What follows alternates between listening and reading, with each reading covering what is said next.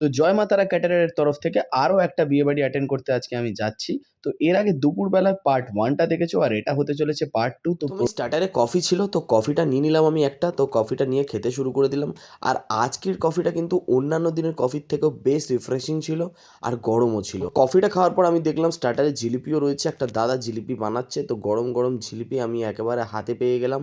হাতে পাওয়ার পর জিলিপিটাকে দেখতে কিন্তু বেশ সুন্দর লাগছিল, রস থেকে তুলেই আমাকে দিয়েছিল। তো আমি জিলিপিটাকে গরম গরম একেবারে মুখে পুরে দিলাম, আর জিলিপিটার টেস্টও কিন্তু খুব ভালো ছিল। আর সবথেকে মোস্ট ইম্পর্টেন্ট যেটা সেটা হচ্ছে ক্রিসপি ছিল জিলিপিটা। আর এরপরেই ফুচকার আয়োজন করা হয়েছিল। তো ওখান থেকে গিয়ে আমি আবার ফুচকা নিলাম, বেশ সাজিয়ে গুছিয়ে নিয়েছিলাম। তো দেখতেই পাচ্ছ তোমরা এখানে। আর তারপরে ছিল পনির পকোড়া, আর অন্যদিকে ছিল চিকেন পকোড়া। স্টার্টারই এত কিছু, আমি তো একেবারে অবাক হয়ে যাচ্ছিলাম। তো পনির পকোড়াটা খেয়ে নিলাম। পনির পকোড়াটা কিন্তু চিকেন পকোড়ার থেকে বেশি টেস্টি ছিল। তবে চিকেন পকোড়াটাও কিন্তু একেবারে খারাপ ছিল না। আর এরপর হবে ডিনার। ডিনারে কিন্তু বিরিয়ানি রয়েছে, তাই তোমরা একেবারেই মিস করো না। তো চলো একেবারে ডিনারে গিয়ে দেখা হচ্ছে।